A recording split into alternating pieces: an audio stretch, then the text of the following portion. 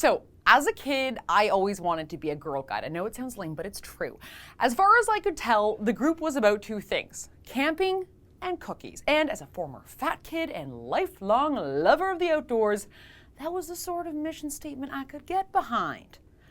But today, Girl Guides Canada, the largest organization of women and girls in the Great White North, has naturally become the perfect target for feminists and social justice warriors and war on fun identity politics obsessed busybodies.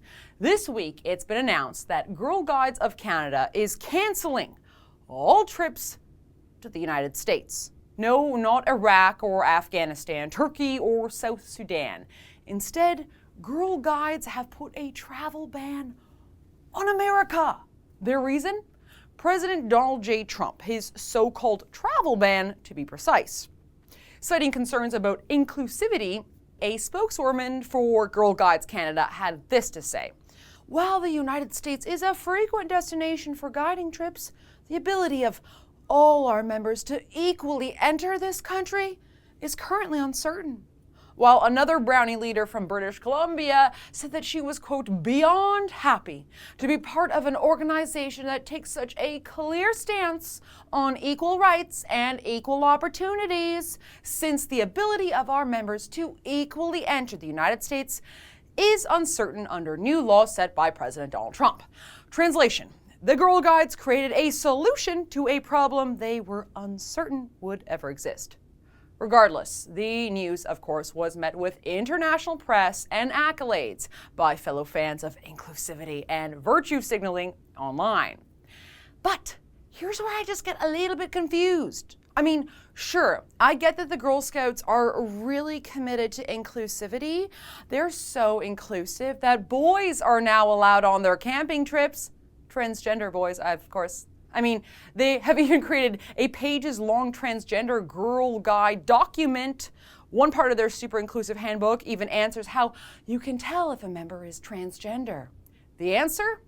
The only way to know if a member is transgender is if the member tells you they are. As long as she says she is identifying as a girl at Guides, she is welcome. Well, by that definition, I guess that this 52-year-old Toronto man, 6-year-old girl, can enroll as a scout. But I digress. Back to the president's super-duper not-inclusive travel ban. You see, the president's travel ban, actually a travel suspension for just 90 days, applies to 6 countries: Iran, Somalia, Sudan, Yemen, Syria, and Libya. All countries where, they're not so big on inclusivity. Unlike in America, never mind the new frontiers of civil rights and transgenderism, plain old homosexuality is illegal in all 6 of the countries on Trump's list. In 4 of the 6, Iran, Yemen, Somalia, and Sudan, homosexual acts are actually punishable by death. Gee, that doesn't sound so inclusive to me. But hey, these aren't the LGBT guides, right? They're the Girl Guides. So, how inclusive are the 6 countries on Trump's list when it comes to girls? Well, in Iran, the Ayatollah has said that gender equality is unacceptable to the Islamic Republic. Women, including young girls, even those in elementary school, are forced to wear the hijab. Women also cannot leave the country or get an education without their husband's permission. They have 0 free speech and are forbidden from so much as entering sports stadiums. In Yemen, women face legally sanctioned discrimination, while even child offenders can face the death penalty. Women cannot marry without the permission of their male guardian. They do not have equal rights to divorce, inheritance, or child custody. And the lack of legal protection leaves many of them exposed to domestic and sexual violence. In Somalia, young girls are routinely subjected to female genital mutilation, while many women and girls in the country's capital, Mogadishu, they live in constant and rightful fear of rape. Now, I'll spare you notes on Syria, Libya, and Sudan, but suffice it to say, the picture doesn't get much rosier for young females of Girl Scout age in any of those countries either. And that's what gets me. This organization, the Girl Scouts, claims that banning travel to the United States will protect their members. The United States, the most inclusive country on the face of the planet. But the truth is, they're not protecting their girls. They're just paying protective and political lip service. And honestly, I would not care if it was just some stupid organization making political hay about Trump and Muslims and women or whatever. But it's more than that. This is the largest organization of women and girls in the whole country.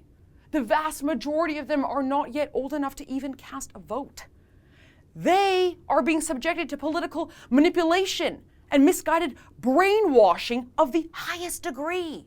And if so many of today's women are proud to march in the streets donning cable knit hats in the shape of their genitalia, what in the hell are we supposed to expect from the generation that comes after them?